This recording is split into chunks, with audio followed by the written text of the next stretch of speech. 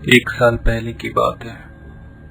मेरी best friend के parents किसी काम से बाहर गए हुए थे। वो घर पे अकेली थी। मैंने उससे कहा कि अगर तुम अकेली बोर हो रही हो तो मैं आ जाता हूँ। मैं उसके घर पे रात 8 बजे पहुँच गया। बातें करते करते और टीवी देखते देखते पता ही नहीं चला कि आधी रात कब हो गई। ये वो वक्त था जब सब कुछ अजीब सा होने लगा। हमने सुना कि उसके बेडरूम के बाहर से अजीब सी आवाजें आ रही थी। हमने सोचा कि कोई बिल्ली होगी। फिर हमने ध्यान से सुना। वो आवाज किसी के कदमों की थी जो कि सीढ़ियों से आ रही थी। मैंने उससे पूछा, तुम्हारे मॉम डैड वापस तो नहीं आ गए? उसने कहा, नहीं, वो कल शाम तक वापस आने वाले हैं। कदमों की आवाजों से लग रहा था कि वो 2 आदमी से ज्यादा लोगों की है। मैंने जल्दी से दरवाजे के पास गया और दरवाजा लॉक कर दिया। अचानक सब कुछ शांत हो गया। हमें पक्का यकीन हो गया कि बाहर कोई है, लेकिन वो कौन हो सकता है। तभी एक बीप की आवाज आई। हमारा ध्यान उसके लैपटॉप पे गया। उसके लैपटॉप पे एक ईमेल आया। उसमें लिखा था, कुछ भी हो जाए दरवाजा मत खोलना। वो मैसेज पढ़ते ही मेरा दिल जोर से धड़कने लगा। मैं कुछ सोच नहीं पा रहा था।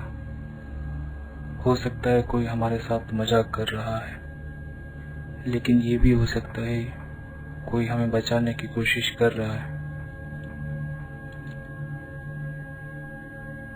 अचानक हमने एक आवाज सुनी। वो मेरी दोस्त की माँ की आवाज लग रही थी। दरवाजा खोलो प्लीज, तुम्हारे पापा और मेरा एक्सीडेंट हो गया है। हम बुरी तरह घायल हो गए हैं। हमारी मदद करो प्लीज। ये सुनते ही मेरी दोस्त मुझे देखने लगी और वो सोच में पड़ गई। हमें कुछ नहीं समझ में आ रहा था कि क्या किया जाए। तभी एक आदमी की आवाज आई, हमें तुम्हारी मदद चाहिए, प्लीज दरवाजा खोलो। ये उसके डैड की आवाज लग रही थी। मैं और मेरी दोस्त वहीं चुपचाप खड़े थे। फिर मेरी दोस्त दरवाजे की तरफ जाने लगी। मैंने उसका हाथ पकड़ लिया। वो मेरी तरफ मुड़ी और बोली, वो मेरे पेरेंट्स हैं, उन्हें मदद चाहिए।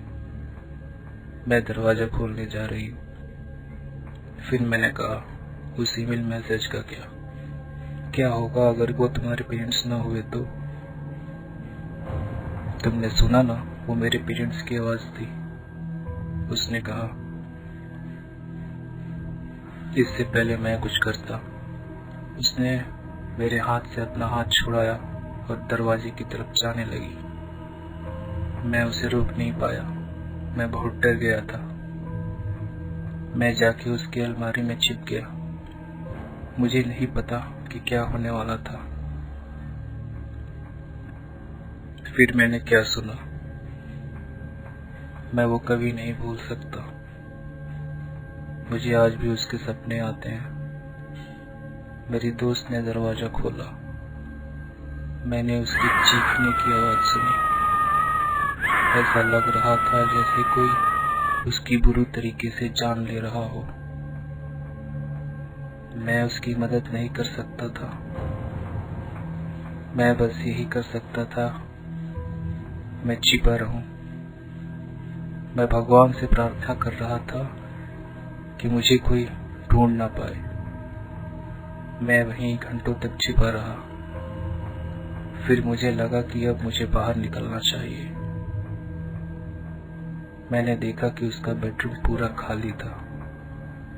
दरवाजा बंद था। मेरी दोस्त कहीं नहीं थी। थोड़ी देर बाद मैं अपने घर चला गया और उसके पेरेंट्स को कॉल किया।